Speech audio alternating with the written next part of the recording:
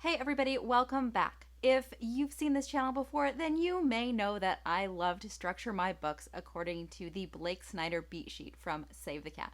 Well, today I'm going to dig into that beat sheet and mess it all about and show you 5 modifications I use to keep my story structure working like clockwork. I'm Jane, and this is Fiction Technician.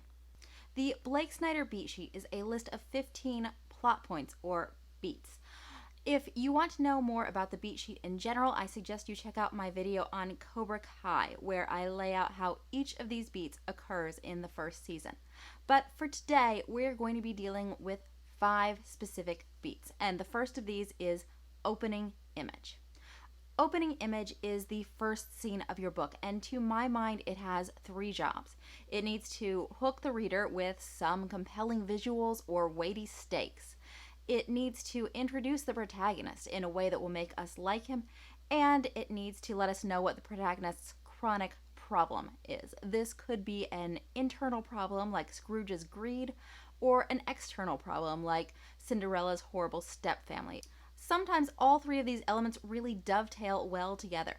For example, in The King's Speech, we have a compelling visual where Bertie has to speak before a huge crowd. We have an introduction for the protagonist where we see his anxiety and begin to bond with him and feel compassion for him. And we introduce his chronic problem, his speech impediment, and the lack of self-confidence that accompanies it. But there are times when it's hard to wedge all 3 of these elements into one scene. Maybe you've got an idea for a great opening scene that has a compelling visual hook and an introduction for your character that makes him seem smart and brave and likable. But there's just no place in this scene for your character's chronic problem. So what I like to do is break opening image into 2 beats. Opening image, which is for the hook, for my jazz marathon, my spacewalk, my zombies, and opening status, which is for the character's chronic problem. And the character introduction will go into one of these, most probably the first. But there are times when you have a great idea for a hook scene that really doesn't offer an opportunity to introduce your main character. For example, in the opening scene of Game of Thrones, we see the White Walkers and establish the stakes for the world of Westeros. But we won't meet Ned Stark until the following sequence. And in that sequence, we'll have a great introduction for his character, and we'll also learn his chronic problem, which is that he believes too much in the power of honor, and this will leave him unable to deal with the dishonorable people who play the Game of Thrones. The next beat I modify is called break into 2, but I like to call it the challenge accepted. This is at the act break between Act 1 and Act 2. We've used Act 1 to establish the character's chronic problem, learn about the acute problem that they now have the opportunity to grapple with, and give them a moment to have some healthy hesitation. And now is the moment where they need to commit wholeheartedly to going on this adventure. This moment is very obvious in movies like The Matrix, where we see Neo take the red pill from Morpheus, literally and very overtly accepting the challenge of learning all there is to know about the Matrix. But this point can be more difficult to plot in stories where the characters seem to be swept away by events beyond their control. For example, in Castaway, Tom Hanks never willingly decides to be marooned on an island. But it is still useful for the story to have a moment where we see him emotionally commit. And we have that here. He has this stack of FedEx boxes that that washed ashore with him, and he previously just set them aside. Now he realizes that his job, his challenge, is to survive on this island, not to wait for rescue. And so he begins digging into the boxes, looking for anything that will help him meet that challenge. There can even be times when calling this beat the challenge accepted seems not right for your story. What do you do if the main challenge of your story is accepted on page 1? I write detective novels, and when a new client walks into my sleuth's office, well, according to the conventions of both her job and this genre of books, she's going to take that case. The challenge is already accepted. In that case, this beat for me is about now it's personal.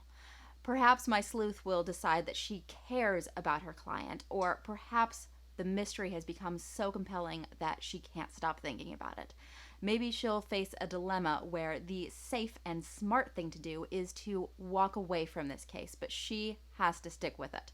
That's the challenge accepted, a wholehearted commitment. Let's talk about midpoints. The midpoint is one of the hardest parts of a book.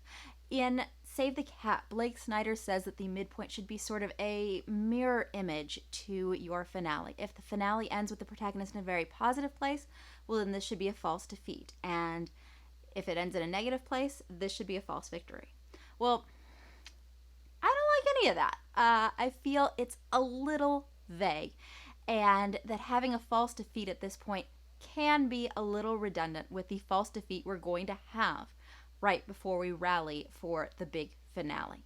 In my mind, the midpoint has two purposes. The first is to raise the stakes for the characters, and the second, and almost the more important, is to break up the linear flow of your book. If your characters are always moving around the same environments, have basically the same relationships to one another, and are pursuing the same goal with more or less the same tactics, then it doesn't really matter how well structured the rest of the book is. The middle is gonna feel saggy. So what I call this beat is a place of change.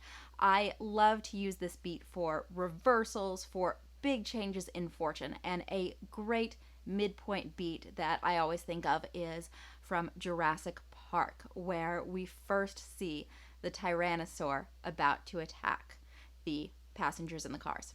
This is a beat that changes everything for all the characters, especially our protagonist, Dr. Grant. It causes him to move into new environments. It changes his goal from let's enjoy the weekend to let's try to survive. And it changes his relationship with Tim and Lex from stay away from me, kid, to I must protect you at all costs. And if it's not obvious from that, it also raises his stakes exponentially. Since I write mysteries, I also love to use the midpoint to cause my sleuth and audience to question everything that has come before. Maybe my character thinks that she's figured out the motive for the crime, but then another crime is committed and it doesn't mesh with her ideas. Or maybe she thinks she's zeroing in on the bad guy, but oops, I just killed him. The next two beats I like to fiddle with are coming up, but first I'd like to take a moment to ask you to please hit that like button if you feel this video is giving you value. Another beat that I have retitled is called Break into Three in the original structure, but I call it Go the Hard Road. This is at the end of Act 2, moving into Act 3. We have pursued our goal, been knocked down, and we are ready to rally for a final shot at the prize. The reason I call it Go the Hard Road is to emphasize for myself that at this point the character needs to choose a way forward that is unsafe or undesired. Maybe they'll team up with a character who they don't like very much, or maybe they'll reach for a dangerous weapon from their arsenal. This can be a great beat when the road the characters are about to walk is physically hard, like in The Princess Bride when the characters decide to storm Humperdinck's castle, or in Castaway again when Tom Hanks decides to escape to sea. Both wildly dangerous courses of action that demand total commitment from our characters, because if they don't work out, there's no walking it back. But I like it even better when the hard road the character's about to walk is emotionally hard. For example, in Groundhog Day, weatherman Phil Connors is stuck reliving the same day over and over. He tries everything he can think of to get out of this, but eventually, when all hope seems lost, he begins embarking on a path of personal growth. For Phil Connors, personal growth is the hardest road to walk, and it's what finally frees him from the curse of Groundhog Day. The last beat I want to talk about is one I tack on at the end, and I call it The Story Continues. It's great for fiction written in a series, where you want to give us a little taste of what's to come to keep us hungry while you write that next book. I love having a moment like this, whether it's just a brief moment where Neo accepts his role as the One in The Matrix, or where we see Sarah Connor's pregnant belly at the end of Terminator.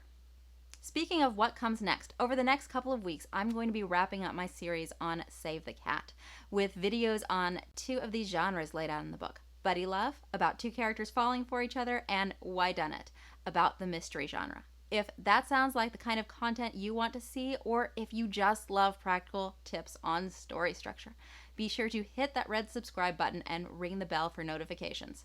Tech out.